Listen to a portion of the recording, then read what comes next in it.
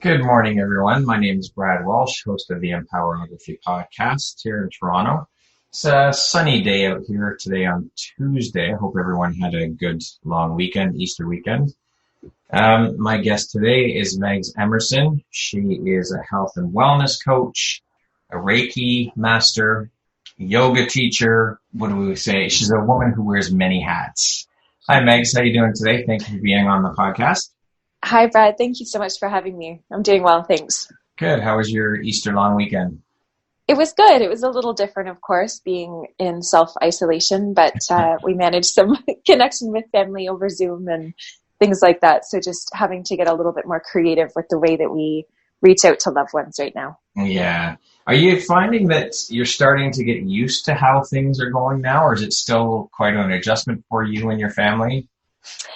I think the biggest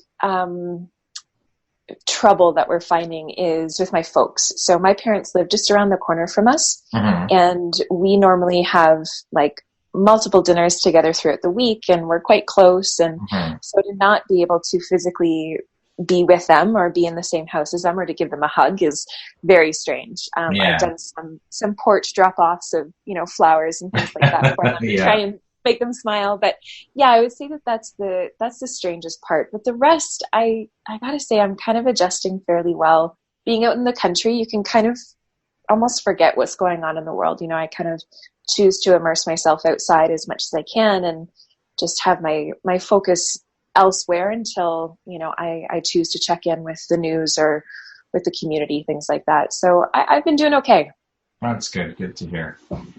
So what got you into health and wellness? Where did that come from? How did you decide upon working in that field, that area of expertise? Yeah, it's always been something I've been interested in since being a kid. I've always loved to be active, loved being outside. I was raised, in a way that encourages really healthy eating. And so it's always just been a part of my life, sort of quietly. But about 7 years ago, I had a near-death experience while I was backpacking in Africa.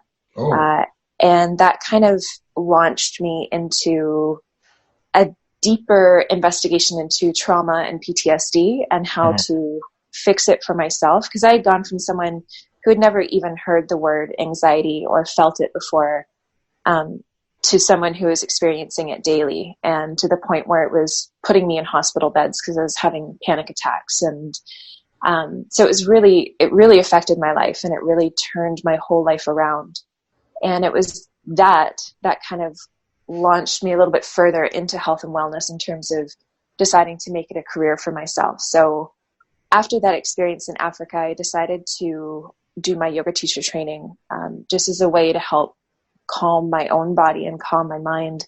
And I loved it so much that I decided to make it my full-time career and go out and teach and try and be of service to women who are struggling with anxiety and PTSD as well. And the ball just continued to roll. I got more and more curious about how anxiety affects the body, how PTSD affects the body. And I immersed myself in many certifications and trainings and weekend immersions to learn as much as I can. And that education, of course, is still ongoing. But yeah, it's been an interesting journey into health and wellness for me. So do you find that, because I know quite a few people that suffer from anxiety as well in my life, do you find that, because I know I do, that anxiety and things of that nature, mental health, you still find that gets swept under the rug like it's a dirty word, or do you think it's being more accepted? I think we're seeing a change, but I still think the majority of it is being swept under the rug and not really talked about.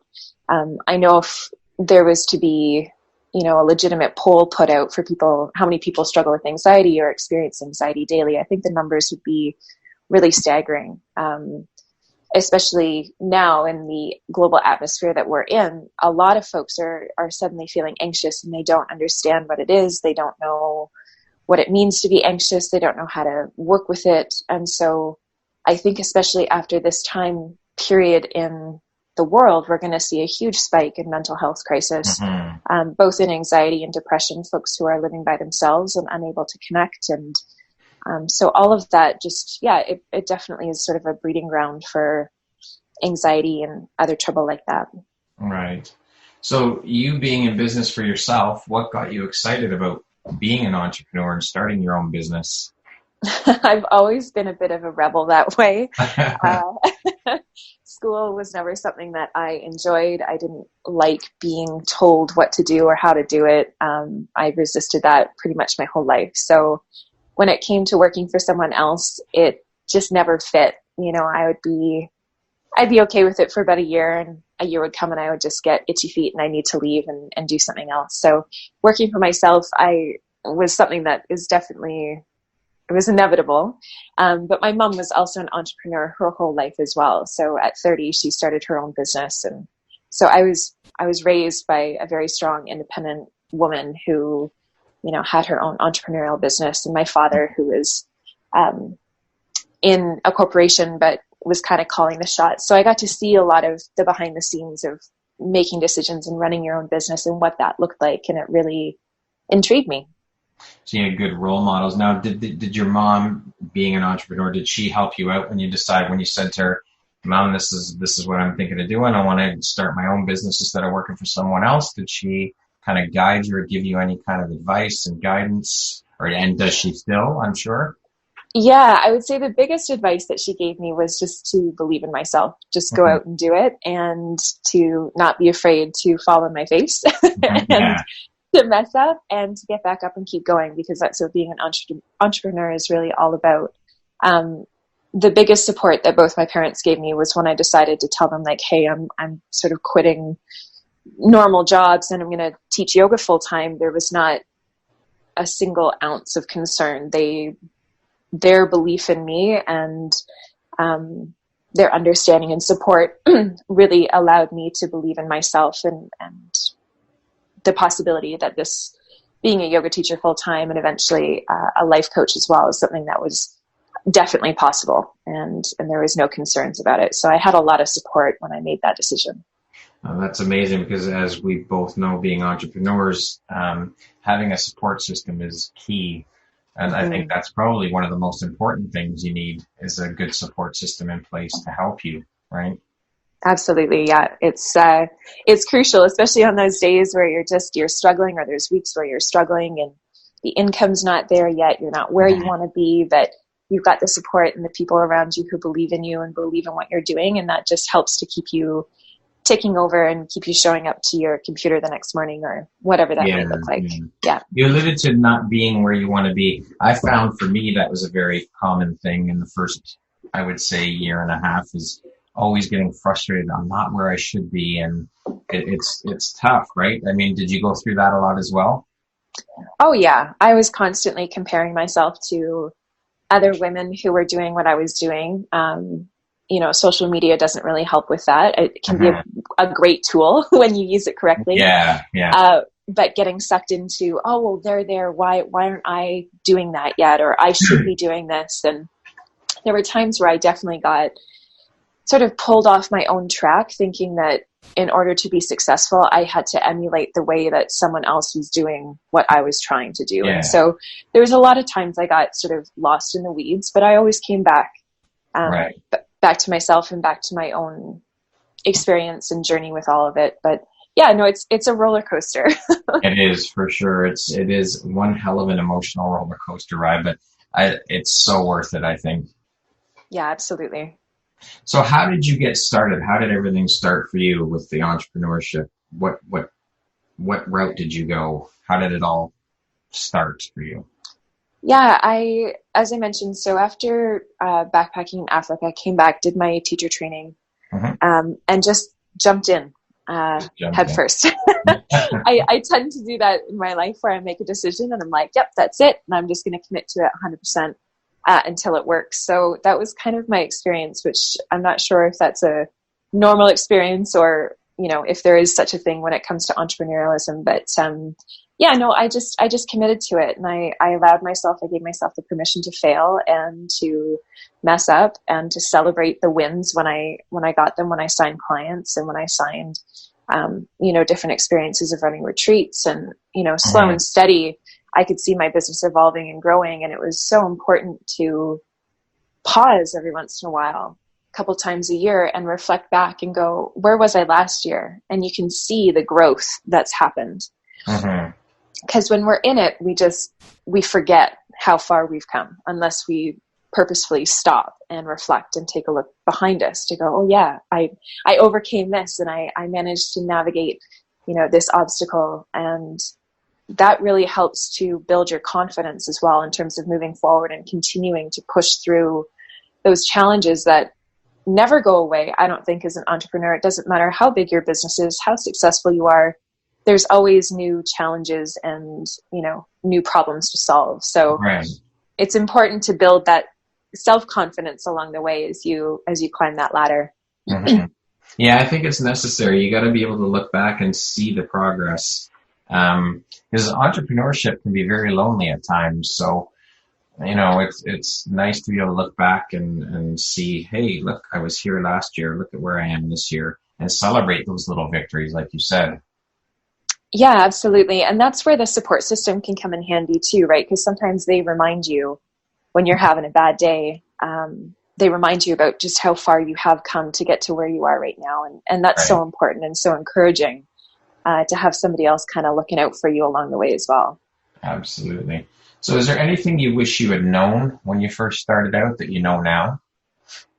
I would say I wish I had known a little bit more about the techie side of things, of building a business. I dove in and just started, yelling from the rooftops about what I was doing. And just kind of hope for the best. And I did. I got business that way. And I didn't have a blog. I didn't have a podcast. I didn't have an email list. I still don't have any of those things. But I'm doing okay. And I think it's navigating and figuring out like what works for you.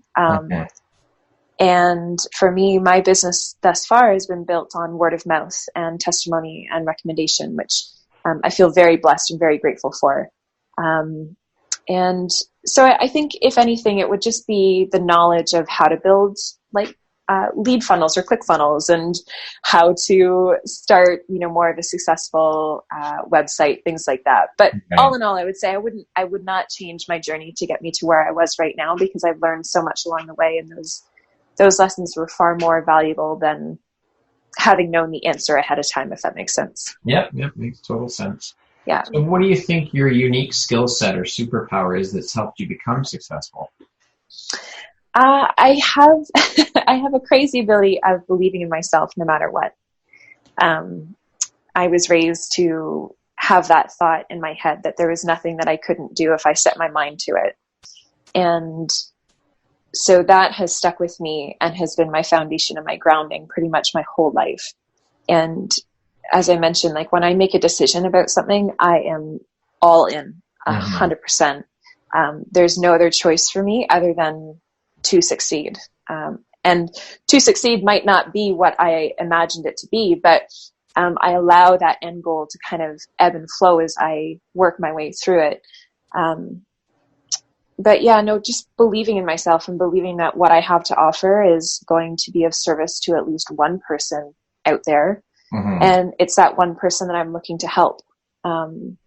Because my story is not that unique. It's, the details might be unique, but the fact that, I struggle with anxiety and PTSD, unfortunately, is so common and so misdiagnosed nowadays as well, that a lot of people are out there struggling with it and they don't even know that that's what it is that's going on. So there was also this deep determination that I had to be able to help women in particular heal their anxiety and heal their PTSD so that they can move on from it in their life, or they can get to a point where they can drive a car again, or they can, get back to some semblance of whatever a quote normal life would be for them.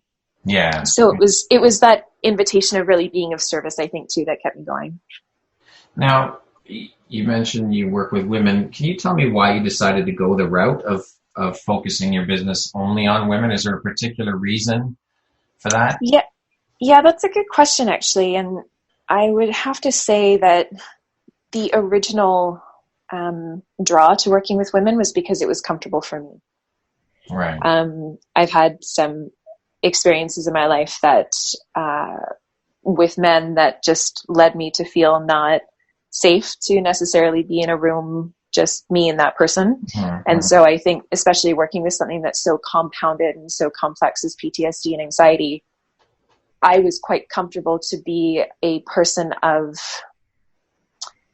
influence in a room with, those mental health concerns, whereas to be in a room with a man with that, I just was not comfortable with it at the time when I started my business.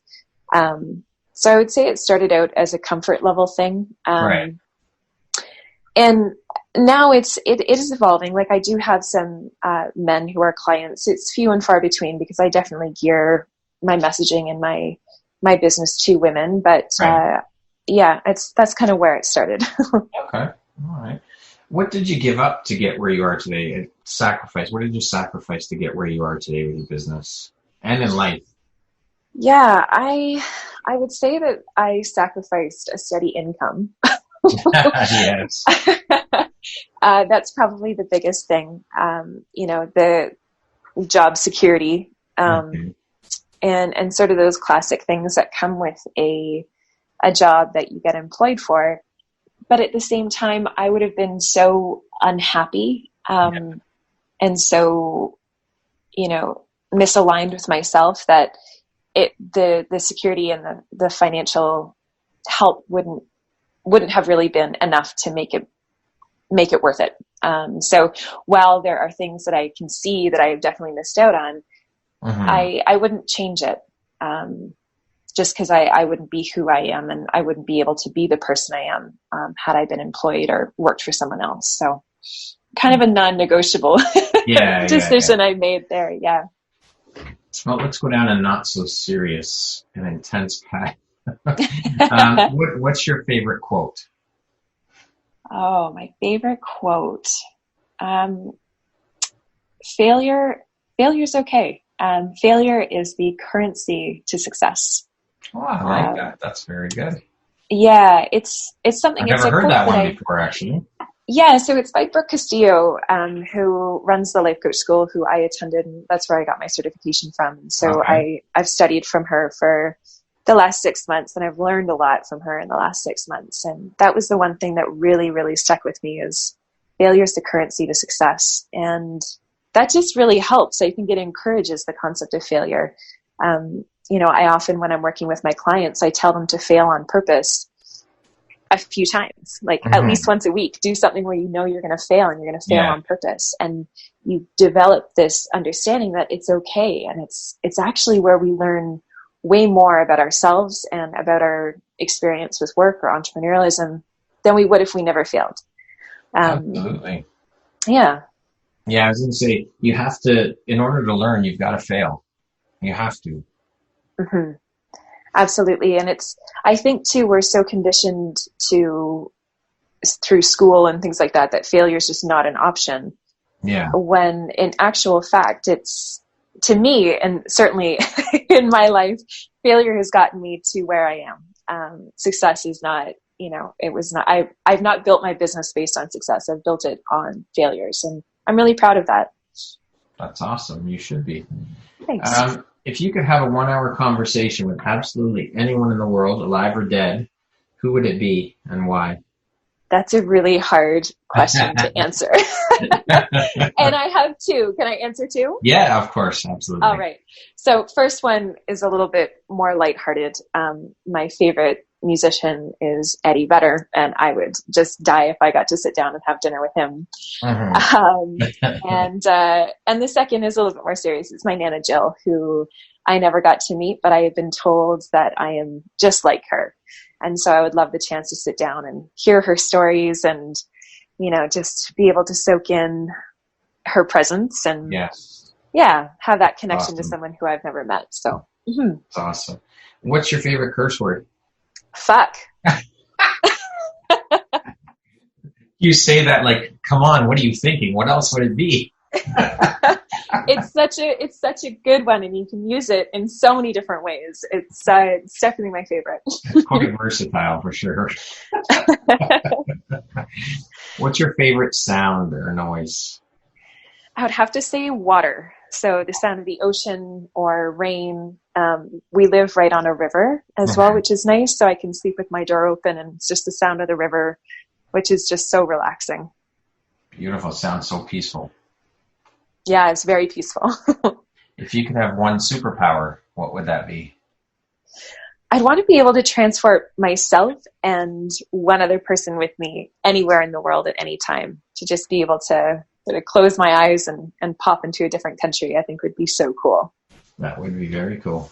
All right, let's get back to a little more serious. Can you share a situation that's occurred in your life that you feel provides insight as to your character?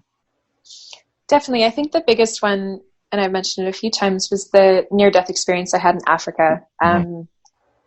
That really put me at a crossroads of either sort of succumbing to the anxiety and the PTSD and allowing it to be in the driver's seat, or, I decided that wasn't an option for me, and I did my best to figure out how I could control and work with my anxiety and my PTSD and develop a relationship to it so that it didn't have so much power over my life and over my decision making, that took a long time to do as well. I want to just, say that for people who are listening, that it didn't happen overnight. Of course, this was, like I mentioned, it was 7 years ago. And so it's been a long journey with both myself and my own anxiety and helping other people at the same time. So I would say that really, just because that was such a pivot in my life and it was such a pivot in my personality, and all of a sudden I had this huge thing that I had to overcome. And I'm really proud to say that today, now, I no longer struggle with everyday anxiety. It's awesome. Thank you. Yeah, it's like I said, it was a 7-year, almost 8-year journey. Wow. But it is possible to heal it and to move on from it in your life. So yeah, that's definitely, I would say, one of the biggest things that would provide insight into my personality and to who I am. For sure. That's not an easy task, for sure. Not an easy feat. It takes a lot of resolve and, self-discipline, I would think, to try and overcome something like that. I mean, I'm sure you had help along the way and you were given tools to help you, but it's a tough thing, for sure. I can only imagine. Yeah, it's definitely important to get the help that you need. And oftentimes the hardest thing is reaching out and saying that you need help. That's always the hardest step usually. And the rest of it, you begin to develop, again, you just begin to develop a relationship with the idea of getting help. And you start to build a relationship with yourself as well, which oftentimes when we have anxiety, it's that relationship gets put on the back burner because we're just confronted constantly with these feelings of anxiety or anxiousness. And we forget that we're really even our own person. Well, not to mention the amount of work you have to put in. You have to want to do the work to get better too. You have to want to get better and deal with it, right? Absolutely. And it's a practice. It's a daily commitment to yourself of waking up and doing the things that work for you, whether it be meditation or moving your body or speaking with your therapist or whatever it is. It's that daily commitment, that daily practice that just allows that, slow and steady progress to get you to wherever it is that you want to be, whatever that end goal looks like for you. For me, it was getting rid of anxiety completely. For other people, it might just, be turning that anxiety down from a 10 to a 6 or a 7. Right. Yeah. So what's the best advice you've ever received? I can do anything I set my mind to. How do you... I thank mom and dad for that one. Right. Yes. Of course, the support system in place, right? Yeah. How do you define success? What does that word mean to you? It's definitely changed over the years, but right now I define success at how happy I am in my life. If I am stressed or if I'm, grumpy and kind of frustrated with my business or with the world, I can notice that that's a big red flag for me, that somehow I'm out of alignment with myself. And just that chance to come back to yourself, and whether it's again through meditation or spending time outside or speaking to someone, speaking to a professional, you can come back, and the happier I am, then the more I recognize that I'm in a stream of success. Which again, that's taken a while to get to, because of course I think the world encourages us to believe that success is based on money and finances. And, while that might be true for a lot of people, for me, it comes down to more of the abundance theory of, choosing abundance over scarcity mindset. And with abundance comes happiness for me. So. Awesome. Happiness equals success. Yeah. And I think too, when you're happy, you're able to make, decisions for your business in a way that is fun and it's exciting versus something that you have to do and you have to get this done, simply for the name of the business or the name of success. When you're happy, you're making decisions that are going to continue to fuel your happiness, which is awesome. Yeah. Yeah, for sure. Is there any one book you would like to suggest to listeners that has helped you? Yeah, I read this book when I was 13 years old, and it changed my life. And it's funny, my mom got it for me and never thought I would read it, but I burned through it really quickly. And that's The Power of Now by Eckhart Tolle. And that just, totally changed the way that I perceived my ability to manifest and create the life that I wanted to create. He covers things like the law of attraction in his own words. And it's a really fantastic book. So highly recommend that one. Awesome. I will have to check that one out for sure. Awesome. What does the word empowerment mean to you? I would say the word empowerment to me means to really be in your power, to be grounded in the body, fully aware, conscious, and accepting of every bit of who you are, which is not to say that there's things that you don't want to change. That's fine, but you're at a point where you can accept. And I think that's the key word, right? Accept, not love, but you can accept every aspect of who you are and be okay with it. And to be empowered is just to really, like I said, be totally in the body and aware of your potential, aware of, everything that you have to offer the world. And it's there's a lot of layers to empowerment. I think, we can feel whispers of empowerment through a quote, but to really be empowered, usually requires, for me anyway, succeeding in a goal that I had set out for myself. And it might be something small, like running up a really big hill or hiking to the top of a mountain, or something that's, a little bit more physical. But when you do it, you feel so alive and you just feel so present with yourself that sense of empowerment is something that kind of lays the foundation for everything else. I love it.